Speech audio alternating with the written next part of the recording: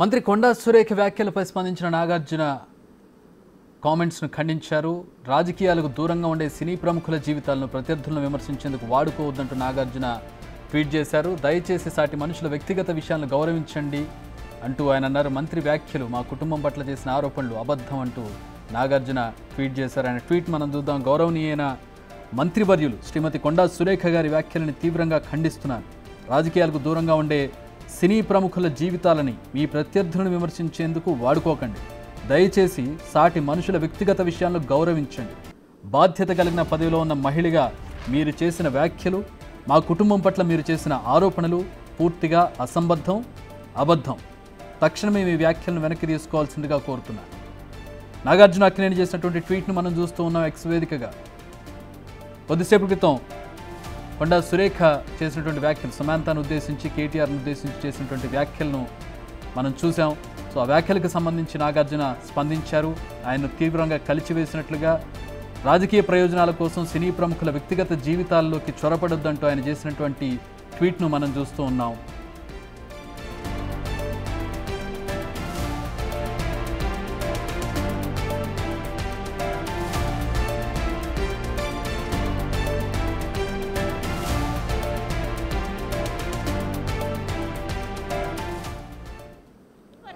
అయిందండి. నాగ చైతన్య డైవర్స్ 100% కేటీఆర్ చేయబట్టే అయింది. ఎందుకంటే ఎన్కన్వెన్షన్ హాల్ని కూలగొట్టొద్దు అని అంటే సమంతను నా దగ్గరికి పంపాలి అని చెప్పి ఆయన డిమాండ్ చేశాడు. సమంత గారిని వెళ్ళమని చెప్పి నాగార్జున వాళ్ళు ఫోర్స్ చేశారు. సమంత నేను వెళ్ళను అనింది. వెళ్ళను అంటే వాళ్ళు చెప్తే వింటే విను, లేకపోతే వెళ్ళిపోండి డైవర్స్ ఇచ్చారు. అది ఓపెన్ సీక్రెట్. అది అందరికీ కూడా ఇంటర్నల్గా మీడియా వాళ్ళంతా వాళ్ళకి ఎవరికి ఇండస్ట్రీ వాళ్ళందరికీ కూడా తెలుసు. ఈరోజు సమంత జీవితం అన్యాయం కావడానికి 100% కేటీఆరే కారణం. అదేవిధంగా 2-3 హీరోయిన్లు పెళ్ళిళ్ళు కూడా చేసేసుకున్నారు. ఎందుకు అన్నట్టు ఈ డ్రగ్స్ కేసు రాగానే ఈరోజు మీకు తెలుసు రకుల్ ప్రీత్ సింగ్ ఆల్రెడీ బయట ఆమె పెళ్లి చేసేసుకుందా. ఇంకొకరిద్దరు హీరోయిన్స్ కూడా గబగబా పెళ్ళిళ్ళు చేసేసుకున్నారు. ఈ తలకాయ నొప్పి మాకేంద్ర బాబు, మేము ఇందులో ఇరుక్కుంటాము. ఆ రోజు ఆయన అధికారం ఉండి ఈ విధంగా వాళ్ళ ఫోన్లు ట్యాప్ చేసి వాళ్ళు ఎవరితోటన్నా సీక్రెట్గా మాట్లాడుకున్న వాటిని రికార్డ్స్ని తీసుకొని ఆ రికార్డ్స్ను వాళ్ళకి వినిపించి బెదిరించి, ఇగో ఈ రికార్డు మీద ఉంది నా దగ్గర, మీరు కానీ రాకపోతే ఈ రికార్డు నేను బయట పెడతా అనే పద్ధతిలో చాలామంది హీరోయిన్లను లొంగపరుచుకున్నాడు. వాళ్ళందరినీ డ్రగ్స్కి అలవాటు చేశాడు. ఈయన కూడా డ్రగ్స్ వాడాడు. దానితోటే ఆ రోజు డ్రగ్స్ కేసు కానీ ఈరోజు ఫోన్ ట్యాపింగ్ కేసు కానీ చాలా సీరియస్గా మన ప్రభుత్వం తీసుకోవడం జరిగింది.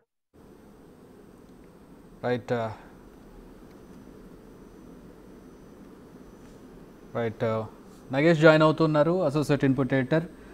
నగేష్, ఒక అడుగు ముందుకేసే కొంచెం కోపంతో ఆగ్రహంతో కొండా సురేఖ వ్యాఖ్యలు చేసినట్టుగా ఉన్నారు. దానికి నాగార్జున స్పందనను మనం చూస్తూ ఉన్నాం. నిజంగా ఆయన ఆవేదనలో కొంచెం ఒక అర్థం ఉన్నట్టుగా మనకు కనబడుతుంది. ఇండస్ట్రీలో చాలా రకాలైనటువంటి ఆరోపణలు వస్తూ ఉంటాయి, బయటకి చాలా రకాల రూమర్స్ వస్తూ ఉంటాయి, హీరోయిన్స్ మీద రకరకాల అలిగేషన్స్ వస్తూ ఉంటాయి. కానీ ఆవిడ చేసినటువంటి వ్యాఖ్యలకు సంబంధించి నాగార్జున ట్వీట్ని మనం చూస్తున్నాం. ఆయన అబద్ధం అంటూ ఉన్నారు, ఖండిస్తూ ఉన్నారు. ఆబ్వియస్లీ ఆయన స్పందనను మనం చూస్తూ ఉన్నాం. సో ఏంటి అంటే కొండా సురేఖ దీని మీద స్పందించే అవకాశం ఉందా? ఆవిడ వ్యాఖ్యలు అంటే టార్గెట్ ఆవిడది కేటీఆర్ కావచ్చు, కానీ మధ్యలో మహిళల పేర్లు వచ్చాయి, ప్రముఖుల పేర్లు వచ్చాయి, ఒక కుటుంబానికి సంబంధించిన పేర్లు వచ్చాయి, కుటుంబం మొత్తాన్ని దాంట్లో ఇన్వాల్వ్ చేశారు. వెనక్కి తీసుకునే అవకాశం ఏమన్నా? కొండా సురేఖ దీని మీద రెస్పాండ్ అయ్యే అవకాశం ఉందా?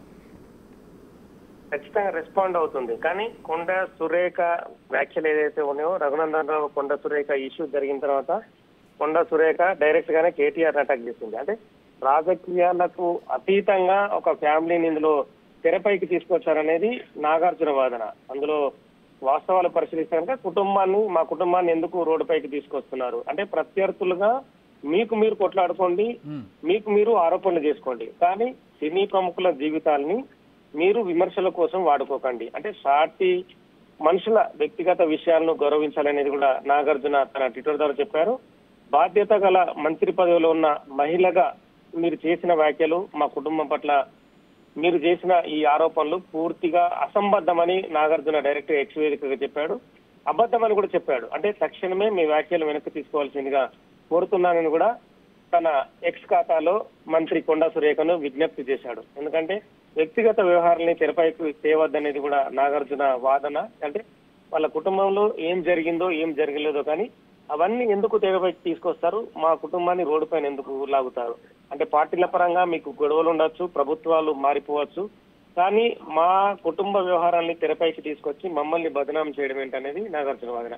ఖచ్చితంగా మంత్రిగా ఉన్న కొండ సురేఖ కూడా ఆన్సర్ ఇస్తుందనేదే మిగతా వాళ్ళు చెప్తున్నారు. ఆన్సర్ ఇచ్చి మరి ఎందుకు ఈ నాగార్జున ఫ్యామిలీని కేటీఆర్ సంబంధించిన అంశంలో తీసుకొచ్చారు. అందరికీ తెలుసు కేటీఆర్ ఇప్పుడు ఆవిడ టార్గెట్ కేటీఆర్ కావచ్చు, బీఆర్ఎస్ కావచ్చు. గత కొద్ది రోజులుగా కొండా సురేఖ గారి మీద చేస్తున్నటువంటి ట్వీట్లు, ఆవిడని ట్రోల్ చేస్తున్నటువంటి విధానం ఆవిడకి మనస్తాపం కలిగించింది. దాన్ని అర్థం చేసుకోవచ్చు. ఆవిడ బాధపడ్డారు, కంటతడి పెట్టారు ప్రెస్ మీట్లో. దాన్ని ఖచ్చితంగా అగ్రీ చేయాలి, ఖచ్చితంగా ఖండించారు అది జరిగినటువంటి పరిస్థితి. కానీ ఆవిడ మేబీ అంటే ఆ బాధలో, ఆ ఆక్రోషంలో, ఆ ఆవేదనలో మేబీ ఇట్లా కేటీఆర్ని టార్గెట్ చేయబోయి వీరిని ఇంక్లూడ్ చేయాల్సి వచ్చిందా?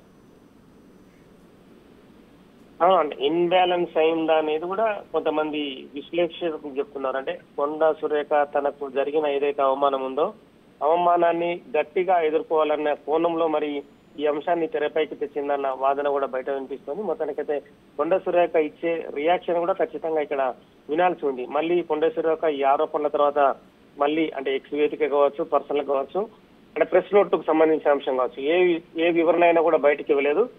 ఇప్పుడు ఫ్రెష్ గా నాగార్జున ఇచ్చిన ఏదైతే తను ఆన్సర్ ఇవ్వమని డిమాండ్ చేస్తున్నాడో మరి నాగార్జున డిమాండ్ కి మరి కొండ సురేఖ ఏ రకమైన ఆన్సర్ ఇస్తుందనేది కూడా ఇక్కడ ఖచ్చితంగా చూడాల్సిన పరిస్థితి కనిపిస్తుంది. అంటే బీఆర్ఎస్ సంబంధించిన మహిళా నేతలు కూడా వాళ్ళు కూడా ఇదే అభిప్రాయాన్ని వ్యక్తం చేశారు. అంటే వ్యక్తిగత అంశాలకు సంబంధించి ఇప్పుడు ఆయన చేసిన దాంట్లో కూడా ఒక అర్థం ఉంది. ఇప్పుడు రాజకీయాలకు దూరంగా ఉండే సినీ ప్రముఖులు వీళ్ళు ఎవరు కూడా రాజకీయాలతో సంబంధం లేదు.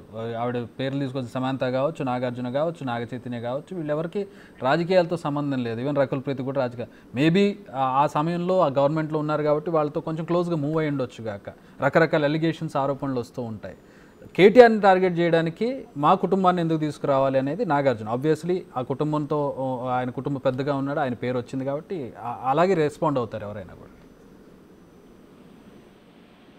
ఖచ్చితంగా. అంటే ఇది ఏంటంటే ప్రధానంగా ఫోన్ ట్యాపింగ్ అంశం అనేది మొత్తం ఇష్యూలో పిన్ పాయింట్ కనిపిస్తుంది. అంటే ఫోన్ ట్యాపింగ్ అనే వ్యవహారాన్ని కేటీఆర్ వ్యక్తిగత జీవితాల్లో చొరబడి వాళ్ళ మాటలు విని ఇలా వ్యవహరించాడనేది కొండ సురేఖ ఎక్స్ప్రెస్ చేసిన అంశం.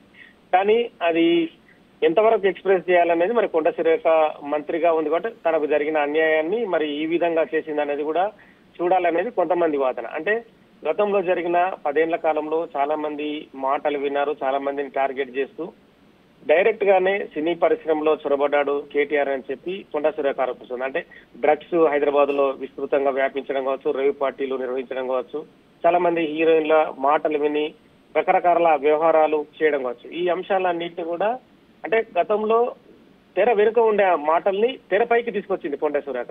సో ఇదంతా వివాదమవుతున్న అంశమే. అంటే దీనికి సమాప్తం కావాలంటే సంయమనం పాటించాల్సిన అవసరం రాజకీయ నాయకులు అయితే ఖచ్చితంగా కనిపిస్తుంది. మరి ఇప్పటి వరకైతే కేటీఆర్ కూడా ఎక్స్ వేదిక కావచ్చు, పర్సనల్ గా మాత్రం ఇప్పుడు కూడా స్పందించలేదు. బీఆర్ఎస్ సంబంధించిన కొంతమంది మహిళా నేతలు స్పందించారు. ప్రస్తుతం అయితే డైరెక్ట్ గా ఇష్యూలో నాగార్జున పిన్ పాయింట్ గా ఉన్నాడు కాబట్టి నాగార్జున అయితే ఎక్స్ వేదికగా స్పందించాడు. దీని తర్వాత కొండ సురేఖ ఇచ్చే ఆన్సర్ కూడా ఖచ్చితంగా ఈ అంశంలో తెర అంటే సమాప్తం అవడానికి ఉంటుందా లేదంటే మళ్ళీ ముందుకెళ్ళడానికి ఉంటుందా అనేది కూడా నాగార్జున కంటే కూడా ఎక్కువ బాధపడేది సమంత. ఒకవేళ ఆవిడకి ఈ విషయం తెలిసి ఒక మంత్రి ఈ విధంగా వ్యాఖ్యలు చేశారంటే ఆవిడ ఖచ్చితంగా బాధపడతారు కదా ఒక మహిళగా.